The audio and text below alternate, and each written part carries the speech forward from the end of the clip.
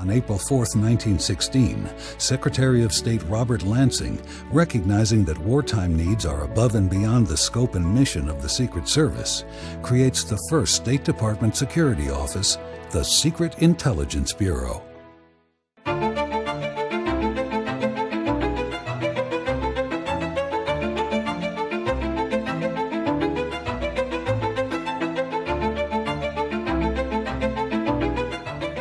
Secretary of State Lansing realized that he needed someone to help secure our equities in the Foreign Service and the State Department, and to be a part of what was our responsibility in ensuring that foreign diplomats were appropriately protected.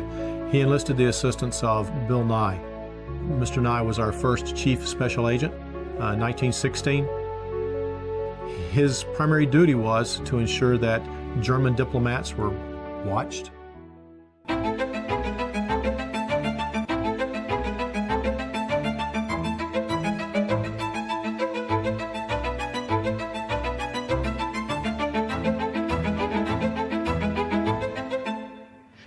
The Inman Commission, with Bobby Ray Inman as chairman, was thus born in late 1984. The Inman Panel calls for a broad range of security improvements, including increased setbacks between embassies and public streets, a major building program to improve security in existing embassies, and the building of new embassies to replace those that cannot meet the new standards. A direct result is the creation of the Bureau of Diplomatic Security and the Diplomatic Security Service within the U.S. State Department.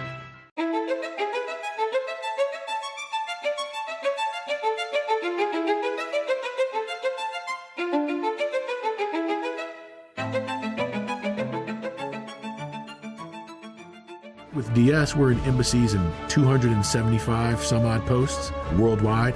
Every country has a different atmospheric. Every country has a different challenge. But all countries, we are trying to establish diplomatic relations, and we want people to be free to go and engage and interact. And how do we permit them to do what needs to get done while protecting them against what we are afraid of? I think that's the challenge that we face.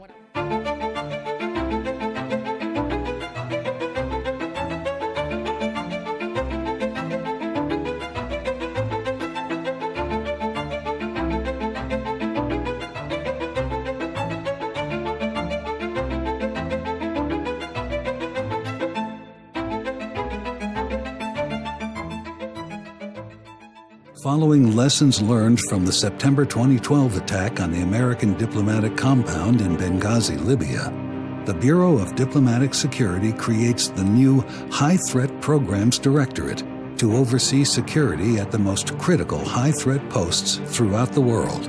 What that meant was those posts, which were now part of a directorate, the High Threat Programs, would get extra focus, much more expeditious resources, whether it's personnel, funding, whatever the case may be.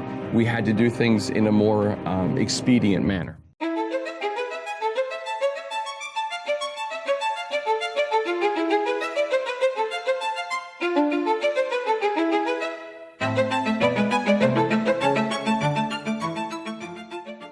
We're concerned about tax fraud, misuse of Social Security benefits, all types of things that really get into complex cases.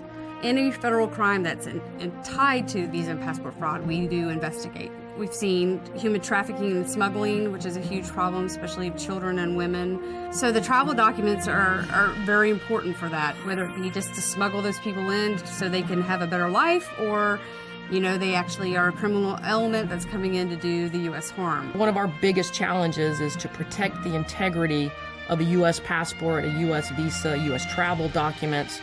The U.S. passport is the most coveted travel document in the world. Same thing, too, with the U.S. visa. They're very important documents, and their integrity and protecting their integrity is very important and a big mission for DS.